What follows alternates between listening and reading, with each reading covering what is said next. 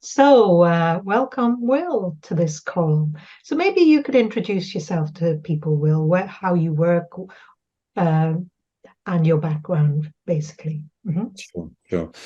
So I work as an executive and a life coach and a therapist.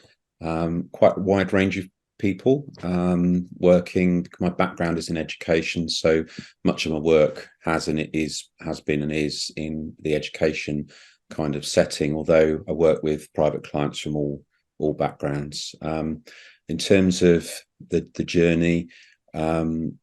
Yeah, I did some counselling training 30 years ago, which I really enjoyed.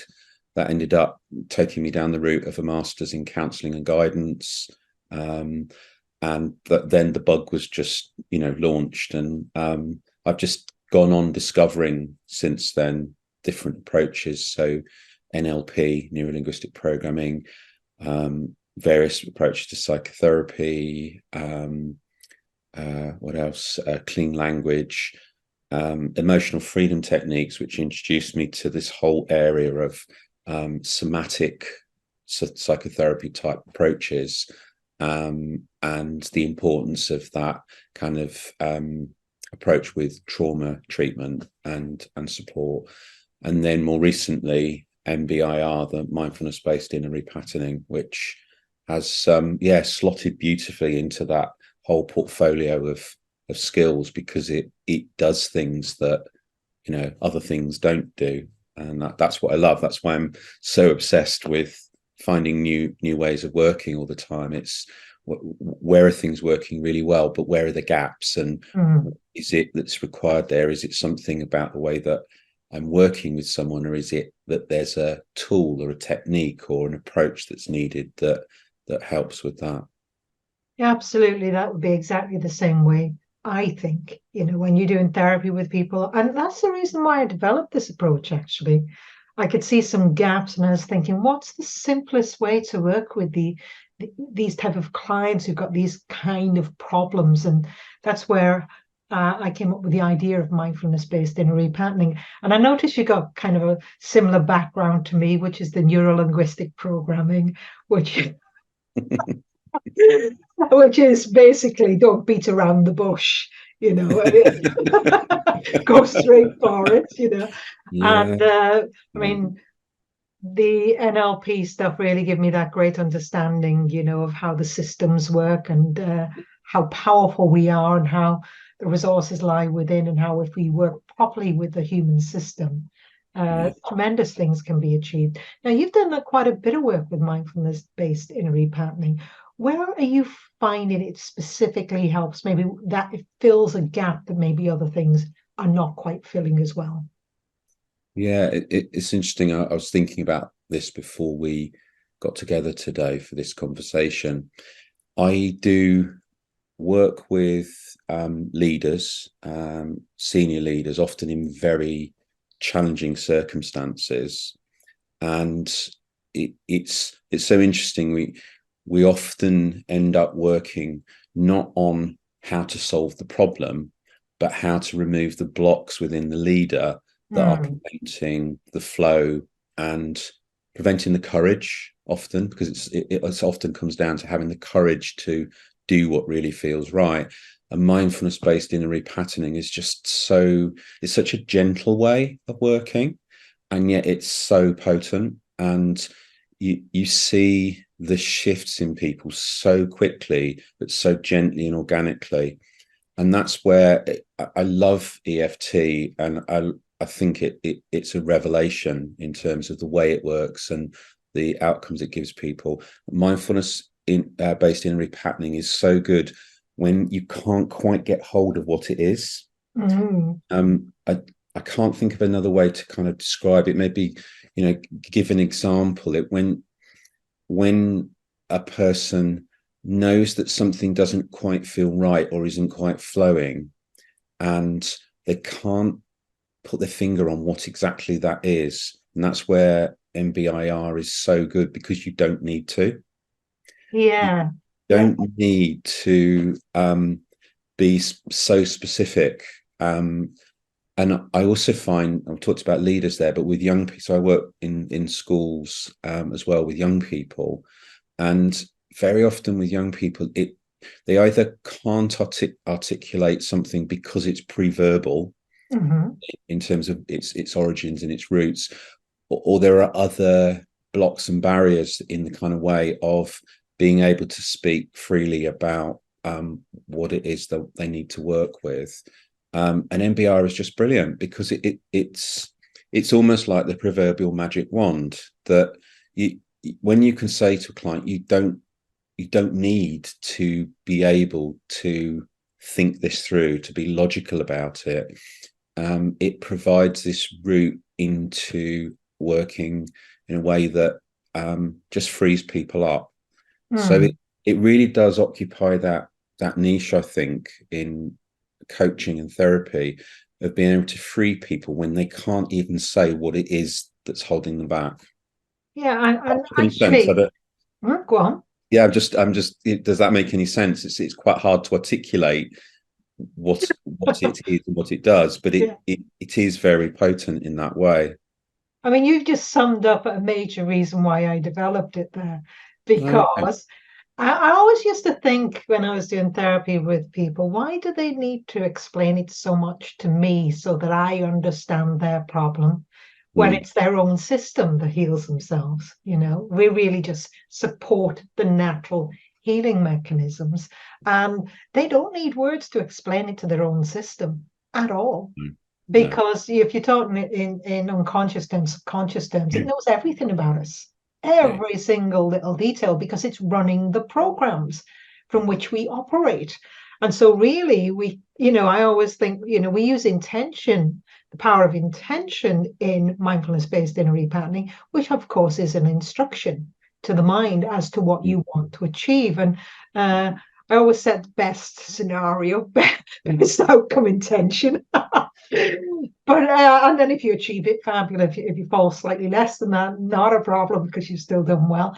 But the thing is, it's their system knows everything about the problem. If you then just support their own system, it can do tremendous things. So that need to verbalize it, or even for the conscious mind to fully understand it, is not important. Sure. Because Yeah. their system at some level, their unconscious knows everything. So, Yeah. well, That's so interesting around. We were talking earlier about NLP, and it's a very particular way of doing things. And I still use NLP. I think consciously and unconsciously in all sorts of ways. But there's something in NLP about state and that transition, that hub state around if a person can be facilitated to move into a state where they're open to change and change is possible, their system knows what to do. yeah. And in a sense, mindfulness based in repatterning, for me, it helps people to achieve a state where they can allow and enable their system to heal itself. And that very much aligns with my values around therapy and coaching work, that truly the person knows how to heal and resolve. So it's a really beautifully crafted approach. I think one of the criticisms I've heard over the years is around coaching therapy is people don't need technique to change. They just need the right conditions in order to do that. And I think although we might call MBIR a technique, it isn't. In a sense, it is, but it isn't. It is, for me, a beautiful way of creating the right conditions for someone to be able to do their own healing. Yeah. And it also it teaches them in its process as well, how to go into that mindful state and how to use shifts in perspective for themselves. So one of the things I've found with the young people I work with, which is just lovely, there's one particular young person who calls it daydreaming. And I think I mentioned this to you before. She calls it daydreaming. And having gone through working through MBIR together, she now uses it. So she'll use it in class if things are getting too much for her, if she's triggered by something. She says, I just go into the daydreaming state. And she says, and I come out a few moments later, nobody knows I've been there, and things feel better. And then I can engage with my whatever learning it is again, or whatever I'm doing. So I think there are ways of languaging it for whoever you're working with as well, which I think is really nice. Although, you know, that particular, I mean, that young person, I did ask her permission to share that idea of daydreaming, and now most of the young people at that school, if they get involved in MBIR, they know it as daydreaming. I love that though, because daydreaming is one of those things that we're supposed to do periodically to reset our system. So it's part of the natural cycles we go through. And I think that's kind of been trained out of us to some degree, the natural, healthy cycles that we would have gone through. Because I mean, in school, I often think they say to students, stop daydreaming. Yeah, without realizing the importance as part of the resets, getting back to balance of your natural system uses that type of thing. So I do like that terminology, and I think it's great that because she's got an easy way of thinking about it that totally normalizes this process. Because of course the process is based on natural things. It's based on ancient knowledge, and what I did is just put it into easy steps that people could do, and language certain things up, and well, a bit more than that perhaps, but and I streamlined it. But I was looking to create something that just worked totally in alignment with how we function. So I do love that terminology of daydreaming. And of course, when people think of it that way, and the fact she points out something really important she can do without people knowing. Yes, yeah. And that's interesting because I think one of the other benefits of MBIR that, again, EFT, fantastic. And so many of the people that I work with find EFT really helpful. But you do have to learn alternative ways of using EFT if you want to do it in a situation, because it's, in its mainly taught form, it does involve doing something that's conspicuous. Whereas with MBIR, it's something that we all tune out. We all look away from whatever we're focusing on, whether it's a conversation, whether it's being in a group or a situation. And so it's part, nobody knows what the inner workings are at that moment. And it has just this brilliant ability to be used in any situation. I've got clients who have been working on fear of public speaking, and they go into the MBIR state, with the soft eyes, the peripheral vision, as part of the process of preparing to walk into their delivery. So it has that capacity to be used in a very public forum. So yeah, I love that about it. It's a very applicable approach. Yeah, of course, anyone who's doing public speaking should always, in a way, be in peripheral vision. So that, the reason for that is one of the things that does is it connects, sets up a bridge to the unconscious mind. And so therefore you can access all your memory. And so if you're going to present, that's what you need to be able to do, to have access to your whole memory and to be very present in the moment. And that's what that helps you do in a very beautiful way. And I think as well, I've some of the other people I've trained in this technique have used it extensively in the business community and find it very well received in that area, because people don't need to tell you about all their problems. And they can be reluctant sometimes, I think, in certain environments to tell you everything that's going on, because they don't necessarily want other people to know about what they're going through. Have you found that to be so as well? Yeah, I mean, I think that's very true. And especially when people have experiences that are traumatic, in the kind of true definition of trauma, where their nervous system has been taken into a hypersensitive state. an MBIR, it doesn't require you to go back over the story. It just requires you to be in the moment and notice how it's affecting you right now. And that's so healing. That's so restoring, that resets the nervous system in a really important way.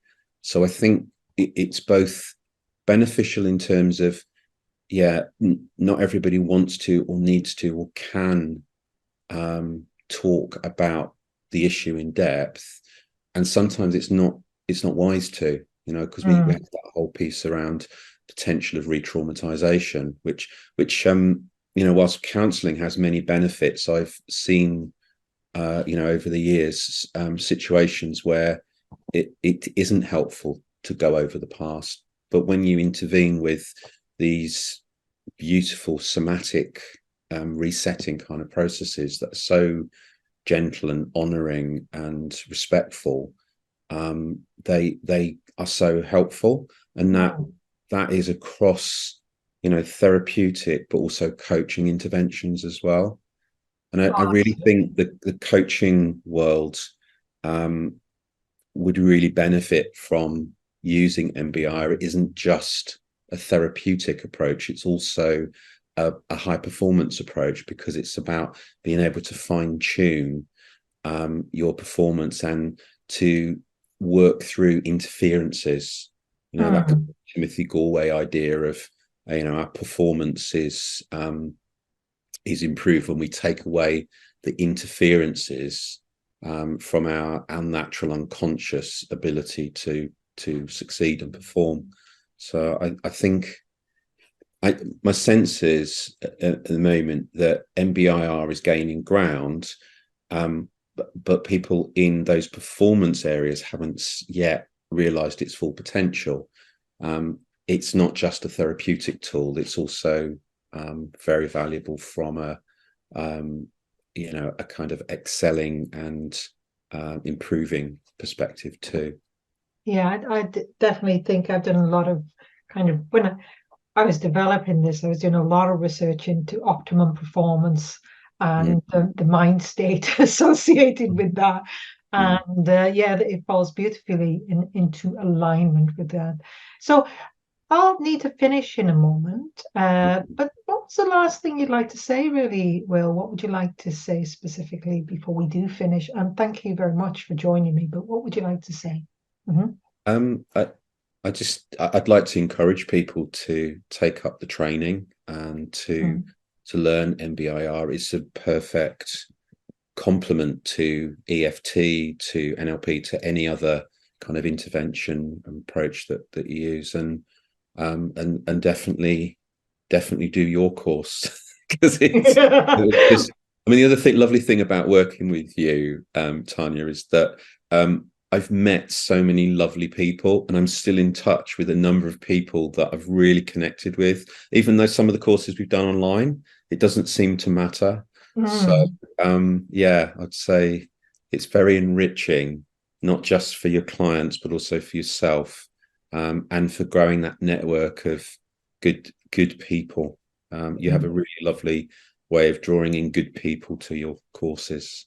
I would agree that there's some incredibly lovely people on my training courses there, Will. And there are. I mean, just have such a great time with them all. And it was a pleasure absolutely having you on my training courses. Oh, thank you. I actually felt you were kind of uplifting the room periodically with your observations. So I did love that. I thought it was fabulous. So if people wanted to find out about you, Will, and the work that you do, whether that be in the corporate area, in the schools area, in the private one-on-one, how would they find you, Will? So my main website is willthomascoaching.com. And I also run a group on Facebook called The Perfectly Wonky Life.